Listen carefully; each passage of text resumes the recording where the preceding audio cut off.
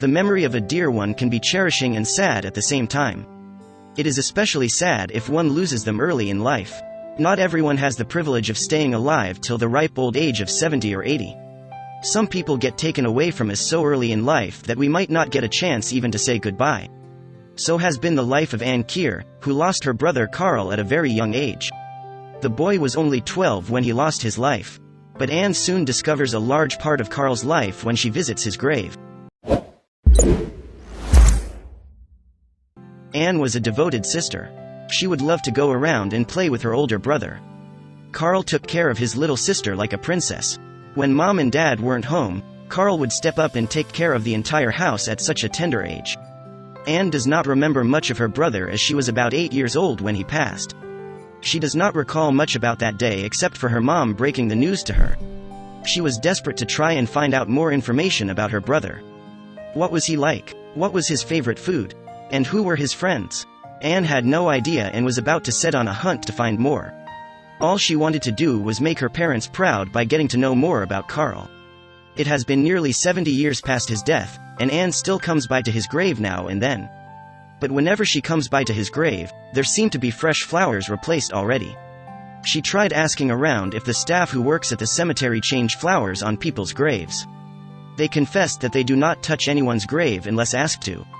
Anne was dumbstruck as she was not able to understand how fresh flowers kept appearing on his grave. Anne recalls that she visited his grave last Sunday, and there was no new addition. But when she returned the next day, she saw 3 hydrangea heads and a red rose. Anne started wondering more about this mysterious person. Most of the time, she not only found flowers but many other items and mainly feathers. Anne had no idea what connection did her brother have with flowers? Once there was a large sheaf of corn and a pheasant's feather. It was now clear that Karl had someone in his life that cared about him as much as the family did. But if there were someone like that, the family would have known by now. What did all these items mean to Karl? If this wasn't bizarre enough, random messages and notes started appearing on his grave. After the appearances of random gifts, letters addressed to Karl started appearing on the grave. And these letters were not all messages, but some were beautiful poems. This story did not take much time to reach the ears of BBC. Particularly Camilla Ruz was interested in this story. The first time Camilla heard about the story, she got to thinking about the life of Karl. She imagined the impressions he created at such a young age. She wanted to learn more about this situation, so she decided to speak with Karl's younger sister. Camilla took a special interest in this case even though it was not anywhere close to the area she specializes in. She wanted to help Anne find answers, and she was curious to find out who this mystery person was. As a journalist, Camilla was intrigued by the suspense in the story, which maintained itself for more than 70 years. The story might be simple for the rest of the world, but it meant the world to Anne. Camilla decided to give Anne closure about her brother. Anne wasn't able to put the finger on who this person might be. Moreover, this was not the first time that Anne saw these gifts. It has been 70 long years, and she has seen fresh flowers and gifts every time she is there. Not once has she crossed paths with this mystery man. Who is this person who loves Karl so much that they would come every week for 70 years? Was Karl close to someone that Anne wasn't aware of? When Anne's mother broke the death of her brother to her, Anne did not respond drastically. She had one teardrop run down her eye. Anne had no idea how to emote herself. She was only 7 years old and did not truly understand the meaning of death and grief.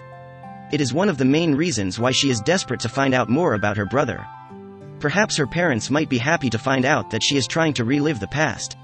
When she saw her mother cry, she went up to her and said, "It's okay, Mommy, we will see him again one day." These kinds of deaths were not common in the town of Prestbury. Along with the family, the entire village was mourning his death. A boy who was yet to see life had now disappeared right in front of their eyes. A man of the town was certain that this mystery man has to be someone from the same town. It must have been someone who attended the funeral. They narrowed it down to 3 areas. It could either be someone from the choir, scouts, or someone who studied with him. Did Anne try to find the mystery man among these 3 categories? But how could she try and contact so many people? So she tried other things at first. Anne tried to leave a typewritten letter requesting the mystery man to meet with her. Not only this, she gave interviews on the radio, written articles in the local newspaper, etc. But all her efforts went down in the drain. Many people suggested that she plant a camera at the grave, but Anne never wanted to violate anyone's privacy that way. Maybe the person did not want to make himself known. How did Karl end up in an unfortunate death at such a young age? Well, God decided that he needed to leave the world at that time. It was a fateful day on August 1, 1947. The scouts decided to go for a camping trip. Karl's mother was not very comfortable with him leaving for this trip, but being a part of the scouts meant that they needed to take such trips. But the boys decided to leave when the leaders weren't looking. They ran down to the beach for some run. Everyone had returned from the beach except for Karl. Camilla was determined to give some answers to Anne. She was invested and would not leave without giving her closure. Camilla took her to the Gloucestershire archives to get started with some digging. It was here that they found their first clue that was worth following up. The joy on their faces was worth seeing. They stumbled upon a picture that might have been one of the last pictures of Karl ever taken. They extracted the details of this picture and traced it back to a man called Eric White. Things were looking up for Anne, and she followed up with Eric White with much enthusiasm. Eric confirmed that he was the one who took the picture that day. He also confirmed that he was present with the boys when they were playing but had no idea when Karl drowned. Another lead emerged from Eric White. Eric sent them the contact of George Lee, and Lee recalled seeing several boys running into the beach to pull him out.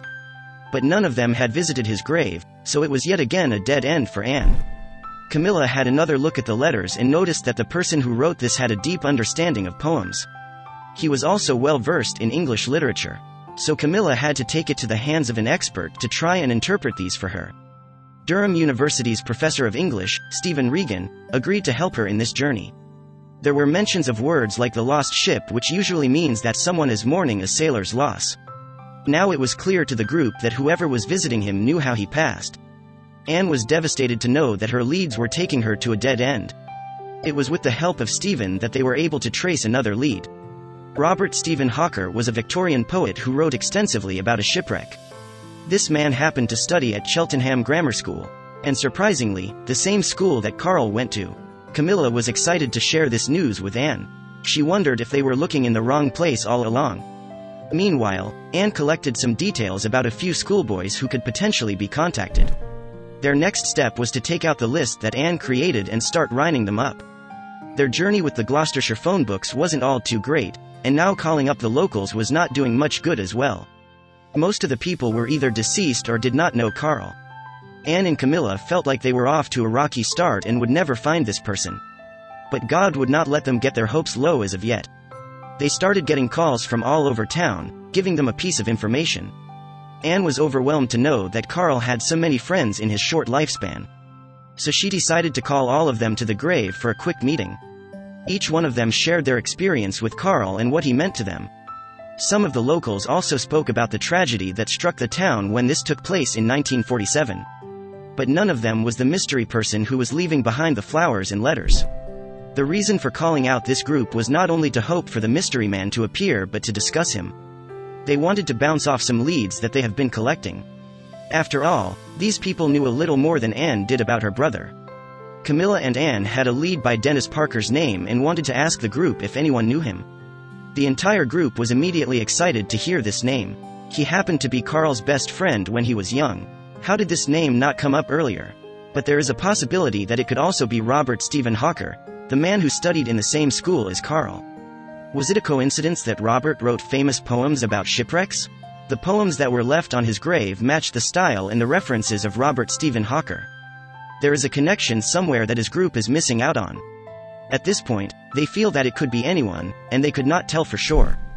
The search continued for few more days, but there was one surprise waiting around the corner for Anne. Word got out that the group was speaking about one Dennis Parker, and the man decided to give Anne a call himself. Anne was way too excited to hear who was at the order end of the call. But this excitement would not remain for long, as Dennis confirmed that he was not the one who was leaving the flowers and letters on Karl's grave. But there was still hope left for them. It was not much, but they wanted to carry on anyway. There was one person's name that was popping up in every place they searched. And this boy happened to share a tent with Karl on the day he passed. Finding this man was a huge task, as they were not even sure if he was alive. All the contact details they had of the man were a dead end. But Anne was not the one to give up on this lead. Camilla was unable to see Anne, so worried and desperate at the same time to find out who this man was. So, she decided to take matters into her own hands to try and find out the phone number. Sure enough, Camilla did her digging and found out that they were missing out on the most important part of the search, the name. The man had recently changed his surname because he had remarried in recent times. This man by the name Ronald Joseph Westborough was their last hope. Camilla walked down to Anne's place and greeted her with a warm hug. It was almost as if she had found the person. The smile on her face was telling it all. Camilla saw that Anne's sister was present at her house at the time of her meeting. After a few moments, Camilla broke the news that she found someone named Ronald, who confirms having come to the grave for most of his life. But Camilla did not want to give her high hopes and told Anne to wait around and meet him the next day to find out more. The sister duo was overjoyed to hear that they had gotten one step closer to finding out who this mystery man was. And even if it was not Ronald who was leaving behind the flowers and letters, he was close to Karl, and they could still find out more about him. The sisters hugged each other in joy and were proud that they did something to make their mom and dad happy. At the end of the day, they wanted their parents to look down and smile at them for their efforts. Anne got dressed up and eagerly waited to meet this man. When Ronald came in front of him, Anne had no words, and she was shaking. After a while, Ronald confirmed that he was the one who placed the flowers on the grave all these years. Ronald met Karl during the Scouts, and they instantly had a connection. Ronald narrated the story of how things went about that day. But when he ended his narration of the day, things got sad. Although it might be tough for Anne to hear, Ronald went about telling the story of how they discovered Karl in the water. Since they shared a tent, Ronald was the first one to notice that Karl had not changed his clothes yet. His pile of clothes was still lying in the corner, and this prompted him to look for him. Many of them ran to the beach and saw Karl face down in the water, a few yards away. Anne started tearing up, but this was the closure that she required to get over it. But there was something truly heartwarming for Anne to hear.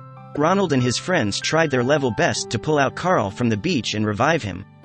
But when their efforts failed, they called their leaders and told them about this incident.